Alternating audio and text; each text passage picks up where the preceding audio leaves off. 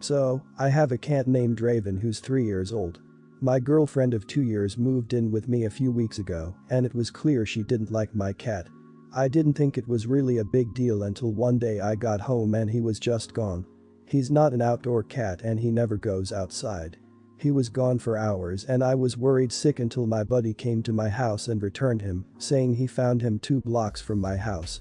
I asked my girlfriend how my cat, who has never tried to go out before, ended up that far from my house, and she admitted to kicking him out. I was furious, saying she had no right to kick him out and told her that since she thought she had the power to kick my cat out, I wanted her out of my house by the end of the month. She cried that she had nowhere to go and that she would have to live on the streets. I said I didn't care and told her to leave by the end of the month. My friends think I'm being too harsh, but my cat could have died because of her and I don't want her trying anything else. Am I the idiot? Not the idiot. If I were you, I would definitely safeguard your cat until then. Maybe you can get someone you trust to look after your cat until then. People who are abusive often target their partner's pets, by the way.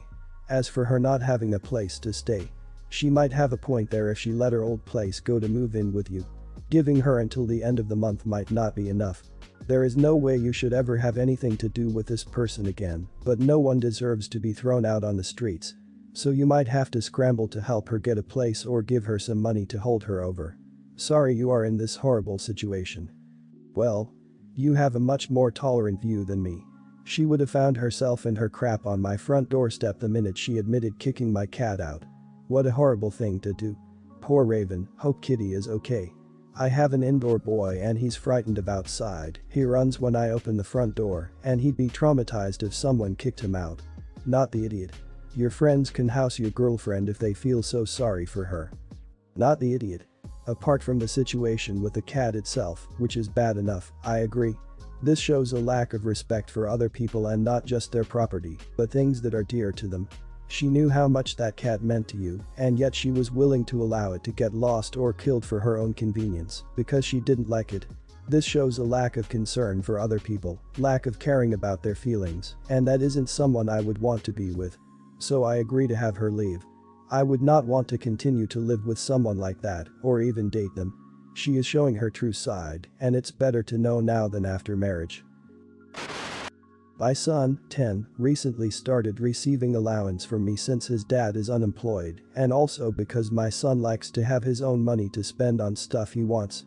The problem is that I discovered by accident that my husband has been taking the money from our son to buy his own stuff like cigarette or a drink. He'd approach our son whenever he has money and tell him he'll buy him what he wants, but ends up spending the money on something else, something for him, not our son. Our son obviously cannot drive by himself and buy his own stuff, so my husband offers to buy stuff for him using, of course, his allowance. I'm a nurse working long shifts most of the time, so I'm not always home. Every time our son wants something, my husband would be like, "Hey bud, you want few bags of Doritos for you and the other kids? I'll stop by supermarket and get them for you then." That would be X dollars, then our son gives him the money, but never receives his Doritos. Rinse and repeat. This went on for 2 months till my son told me. Turns out my husband asked not to tell mommy because she'd get mad at him and he'll be in trouble, and promised to get him his stuff, but he never does. I had a big fight with my husband about it. He said it wasn't big deal since he always end up getting our son the stuff he want 99% of the time. He told me to consider this as gas money since he drives X of kilometers to the supermarket to buy what our son wants. I shamed him for taking advantage of our son and taking the money that was meant for him, and said he was acting like a thief, but worse when stealing from his own son. I then said I won't be handing our son any allowance anymore, and my husband said I was overreacting and punishing our son for no reason. I said I'll handle our son's needs from now on, but he argued that I can't when I'm busy working all the time. I said it was none of his business and walked out the room. He kept nagging me saying my son will resent me if I stop handing him money, but I refused to engage any further in the argument and the guilt tripping. He keeps calling me heartless and financially controlling to take away the allowance. Am I the idiot? Not the idiot. Your husband sounds like an absolute treat. He steals from your son, then gaslights him and you, all because he doesn't want to get a job. Then says that your son will resent you for not giving him his allowance in cash. Nope. If anyone will be the subject of your son's resentment, it'll be his father who steals from him and lies about it. Not his mother who's trying to protect him from his father's crappy behavior. Also, gas money. Really? It's not like your husband is supplying the gas for the car since he's unemployed. That's a really lame excuse. So not only is he stealing from his son, he also doesn't see the issue there. That's not normal. Is this new behavior? Or has he lacked insight in his own behavior before? Also, does he not have any money at his disposal? I know he is unemployed, but does he have access to a joint account or something? This behavior and his attitude about it need to be addressed. If he isn't willing to do that, you'll need to look into ways to protect your son from this influence. You don't want your kid to think this is normal or acceptable behavior. So let me get this straight, your unemployed husband thinks it's cool to take your son's allowance for his own personal needs. Instead of filing for unemployment and hunting for work, he'd rather lie and take money from his 10-year-old. Not the idiot. But wow, your husband is a huge idiot, and this goes way deeper than allowance. This about trust, and your husband's behavior is sporting some huge red flags. I just bought a house in a suburban area, and on the Halloween weekend my friends and I planned on going camping and making a party of it. We'd be going from Saturday afternoon to Sunday evening. I've never lived in a place that does much trick-or-treating. I grew up really rural where every house was a mile from the next, and then I lived in a college town where the thing to do was throw a house party or go out to the bars. So when I absent-mindedly headed out on my camping trip leaving my outdoor lights on and pumpkins on my porch, I didn't think much of it. I got home from camping and there were a bunch of kids and parents waiting on my porch, and when I was driving up I heard my neighbor yell to the group she's not answering the door, and then I remembered Sunday was actual Halloween. My friends and I celebrated on Friday and Saturday nights. I got home and the neighbor on one side asked me where I'd been. It was almost the end of trick-or-treating, and I'd been away all day and missing their texts. I said I was camping, then driving a carpool of my friends home from camping. My neighbor said I'd really inconvenienced him by setting up my decor for trick-or-treat, leaving all the lights on, and then not being home, making him tell groups every few minutes all night to not bother waiting. I said sorry, I didn't remember it was trick-or-treating that night. The neighbor next door on the other side came by at that point and said that this is a really big neighborhood for trick-or-treat, it's a family neighborhood, and it wasn't neighborly of me to be away for Halloween and not participate. I started to get frustrated because I hadn't even known Halloween was a big deal to them. I hadn't even remembered it was actually Sunday and not Saturday, and I felt like they were mad because I didn't do something that I didn't even know would be important to them. Like if one of them said Halloween is really important to them in advance and they'd like me to contribute, I could have tried to be home or put out a bowl of candy or something. I told both neighbors that it wasn't fair of them to be mad over something I didn't even know would be a big deal, and they said that it should have been obvious to me not to decorate for Halloween and leave the lights on and then go out. Am I the idiot for being away on Halloween? I don't live in the USA, but this is insane. Nobody is obligated to be at home for their neighbors at any time. Nobody is obligated to keep their lights off to prevent being pestered in their own home. It is good security practice to leave lights on in a home when you are away overnight to give the impression of occupation. It's also completely reasonable security practice for what sounds like a single female to leave her porch lights on for when she will be coming home in the dark. The entitlement of these people is mind-boggling to me. I remember when my wife and I were doing premarital counseling, a big part of it revolved around conflict resolution. One thing we were warned about doing was having expectations that were never communicated and then becoming angry when those expectations were not met. Your neighbors could probably use a dose of this. So, not the idiot. Side note. This situation could probably all go away with a little effort. This is really extra, but you could make baggies and put them in a basket by the street with a sign saying, "Sorry I wasn't here for Halloween." Take one. I don't know, could be a little much, but your neighbors would probably get off your back and would think a lot of you, which could end up being the difference in any future disputes. Your house, your decor. Would they have ganged up on you if you had decorated the yard and then been out trick-or-treating with a child? It sounds like they might have, actually, because they sound like idiots through and through.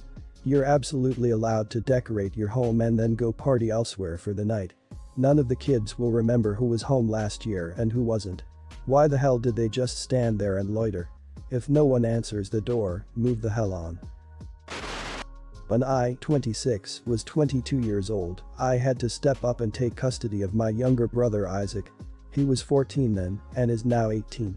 It was really hard on me. I had to step up and suddenly become a parent to him. Our parents were addicts and they're not in the picture, and almost all family abandoned us, promised to be there and just never stepped up. Isaac is a really sensitive kid. Sometimes he has really bad panic attacks and needs huge amounts of reassurance. He's not so independent on the emotional side, but he is still very responsible and doing good in school. He just likes to stay with me and live at home while in college. Recently, he had some friends over and they were drinking. We live in Europe, 18 is legal. I didn't mind that until they got out and wanted to drive around. I called Isaac aside. I asked him what was he doing and he said he only had one beer and that's nothing and that he was fine. I said no and he got upset and started to argue with me. I didn't want to embarrass him, so I told him to go inside and told his friends we had some emergency and that I'm sorry they had to go without Isaac. We had some arguments back and forth. I told him to sit down at the computer and played some compilation of drunk driving videos. Isaac started to freak out after one video, but I made him stay for at least 5 minutes. I was watching it with him. He wasn't having a full-on panic attack, but he was slightly trembling. After that, he just apologized and went to his room. He didn't get out for about 3 hours, and when he did, he wasn't talking to me much. Only short answers. I'm scared I traumatized him. Not the idiot. Drinkers almost never report the correct total of drinks they've had. Cops regularly hear the just 2 beers and have the acronym JTB, knowing that some of them will swear to it despite blowing a BAC of 22. You did the right thing. This is coming from a former drunk driver, sober now 8+ years. I did nearly kill myself in an accident in the early 2000s, no other person and vehicle involved. In my opinion, we can't do enough to inform young people of the dangers of drunk driving. Your son will get over the video. He said he had 1 beer, isn't that the legal limit? If so, you are the idiot. If he's not some crazy irresponsible crackhead and you've whipped this out on him when he hasn't done anything morally or legally wrong, I don't see where you were going with this. If he had not in fact had 1 beer though, then I'm still not sure this was entirely appropriate, but I see why you're mad. I in no way support drinking and driving. Not the idiot. My grandpa worked in railroad safety and showed me a video of a woman and child stuck in the car on the train tracks with the train coming, not gory or even real. It was for a safety campaign. I have never, not once, stopped on the tracks. I will only start moving over the tracks if there is enough space for my car on the other side. I get angry when I see others drive onto the tracks without having enough space on the other side. If I'm in the car with someone who does it, I will tell them off. It was obviously very effective, even if it left me shaken at the time. I met my fiancé on vacation and now live abroad. Despite this, my friend and I have kept up regularly and are still best friends. 6 months before I was engaged, my partner and I started planning a destination wedding. We didn't want a wedding in either of our home countries and wanted for all of our closest friends and family to get to know one another and celebrate our relationship, since it will be near impossible to ever have everyone together again. We chose a destination that is notoriously cheap, and we hope to pay for as much as we can for our guests so that their biggest expense would just be flights. We understand that most people can't afford an international flight with 6-12 months notice. So before we were even engaged, we told our closest friends and family our plan to give them time to save. My friend was very excited for the wedding and seemed to be fine with making the destination work. COVID happened and our wedding that we planned for end of 2021 or mid-2022 had to be postponed to 2023. When I was first engaged, my friend was single. Just over a year later, today, she tells me that her boyfriend and her are getting engaged and having their wedding in 2023. I mention how crazy 2023 will be with so many weddings, not complaining about her date at all, because I knew I would make it work for her. She informs me that she will likely not come to my wedding if it's a destination wedding anymore. She says she doesn't have enough vacation days. She explained that she has 3 weeks off, 1 for their honeymoon, 1 to visit her family who lives a few hours away, and a whole week off for wedding planning. I mentioned that she probably didn't need to take a full week off for wedding planning, and she said that everyone takes off time to meet with vendors. I mentioned that a lot of people get married while having full-time jobs and that most vendors are able to have weekend meetings for that reason, but she dismisses me that I don't understand how weddings work in her area. She then says that even though she will have had 3 years' notice, that the United States inflation has increased 5% and so she cannot afford it in addition to paying for her wedding in 2023 and buying a house in 2022. She also told me that she can't afford her partner's flight and he can't either since he doesn't make a lot of money. I asked if she would be willing to come without him. She said no because she didn't want to travel alone. Even after I mentioned that she could travel with one of our mutual friends, she still said no. She said that because we didn't have a set date that I couldn't have expected her to put money aside for the wedding and that life goes on and she has other expenses. I felt like she was putting me in a position to choose between the wedding I've been dreaming of for the past 2 years and having my best friend there. You're the idiot. People have their own lives outside of your wedding. COVID hit a lot of people's pocketbooks badly, and a lot of people may not be able to recover for a while. She's gotta look at the bigger picture. She doesn't need to put herself into debt for you. This is the price you pay for a destination wedding. If you want her there so much, offer to pay for her. She is getting married, and she can't make it to your wedding. Period. Not because she's malicious or wants to ruin you. They don't make a lot of money and plans have changed. You should be happy for her and plan another way to celebrate together. Don't try to dictate her plans and make her out to be a bad person because she isn't prioritizing you over herself. People cancel on weddings all the time. It's not the end of the world. If you're truly friends, you'll get over it. From what it sounds like, your friend just doesn't have the time or the money to go to your wedding. She doesn't sound mad. This is what happens when you have a destination wedding. People can't go. You're making this all about you and ignoring the fact that your friend's life is changing in a lot of ways. Congratulate your friend on her engagement and getting a house and let it be. You can set up a Zoom call so that people who can't go to your wedding can still watch it live.